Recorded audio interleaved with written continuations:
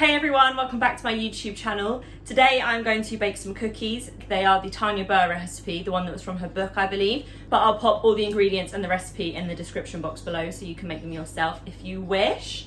So I'm going to start. I have preheated the oven to 200 degrees because I have a fan oven, that's what it told me to do. And I've also really badly lined 3 baking trays because these are quite big. Just so you know. So I have got here all my ingredients. I've got 300 grams of caster sugar, 275 of self-raising flour, and also in that I've put the 75 grams of cocoa powder.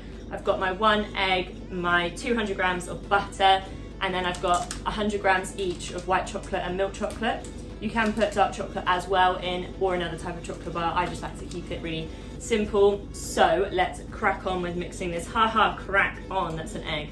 So first you're going to take your butter. Ooh, that went well. Butter into the bowl and your sugar. It does help if your butter is at room temperature, so then it's a bit softer. You're going to just take a wooden spoon and cream those together, is the technical term. My butter actually isn't that soft. I'm not actually really sure on the correct creaming techniques, but I like to go for some stabs, some swells and some pushes. To really get that going, I guess, maybe. Oh, it hurts. Oh, this is a nice way to hold it. I recommend holding it like this. So I would say this is kind of getting there. I wouldn't say it's that creamy, it's quite stiff, so I'm going to carry on.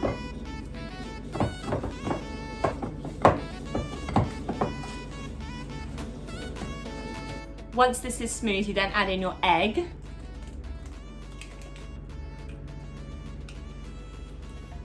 Doesn't say to then mix the egg, but I am going to just mix it now.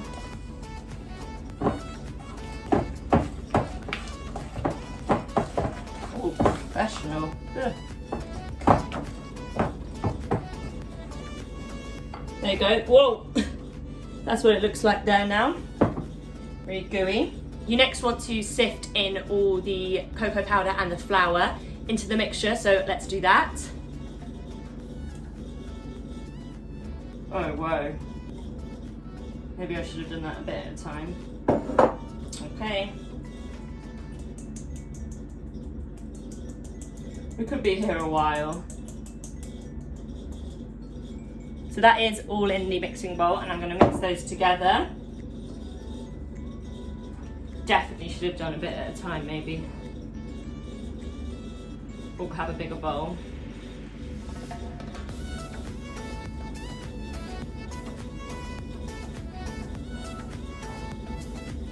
Being really careful because this is going to make a big mess. This bit is actually taking ages, but I am going really slowly because I don't want it to fling out. But you can see that some bits are getting darker as they mix with the butter and the sugar. It's just, I'm being really careful, like I said. It does say that if it's dry, you can add in a bit of milk, and I'm pretty sure the last times I've made this, I have added in milk just to make it really sticky. But it is getting there. I just like to go really slowly so I don't make a mess, which I've already made a big one of.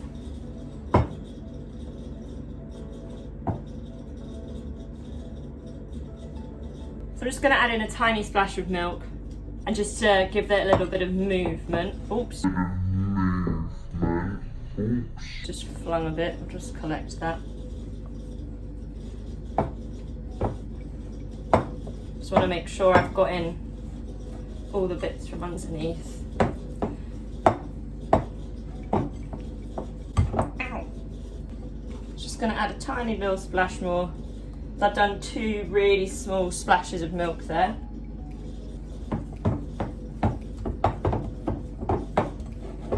Just kind of looks like that. This is not the easiest of things to mix. I will say that much. So I've just finished mixing all of that together. You now want to break up your chocolate chunks. Like I said, I'm just using white chocolate and milk chocolate, and they can be quite big chunks or small, whatever you like. I personally like big, massive chunks. This is going to be quite hard to mix, I can see it now. Stiff, this mixture. I always forget that cookies, not cake. Let's put the milk chocolate in. Give them a mix in too.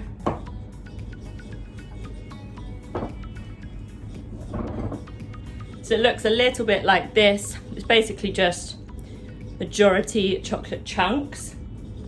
So now I've got my baking trays. I have got a third one over here, but it's so badly lined, I don't want you to see it. With this, you have to do quite big cookies because there's obviously quite a lot of chunks in it.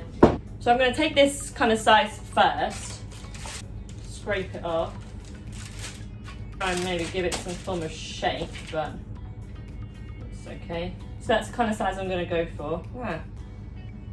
I'm taking a big spoon. It's going to be a big one. I have always found they really expand out, so I'm going to be quite careful.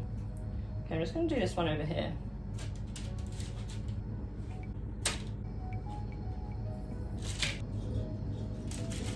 So I've got them all on their baking trays now, and what I'm going to do is go around and give them a little bit of a shaping, because I don't know if you can see, this one needs a little bit of attention. So I'm just going to literally squeeze it together a bit with my hands. Not too much, but just enough to kind of give it a bit of shape, and maybe even just break off some bits and help out another one just to make it a bit more even.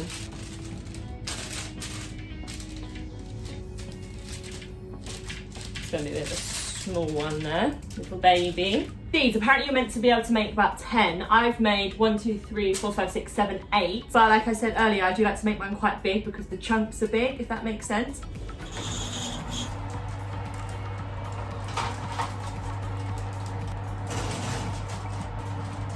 Final 2. Hey Google, set a timer for 11 minutes. They're going to go in the oven for 11 minutes now. When they come out, they're going to still look a bit raw, but then I'm just going to leave them and let them harden out of the oven, and then they'll be ready to eat. So the timer has just gone off, and I'm going to take these out of the oven now. Little bit apprehensive, I'm not going to lie. Right, here we go. Oh my gosh, they're so big. Whoops.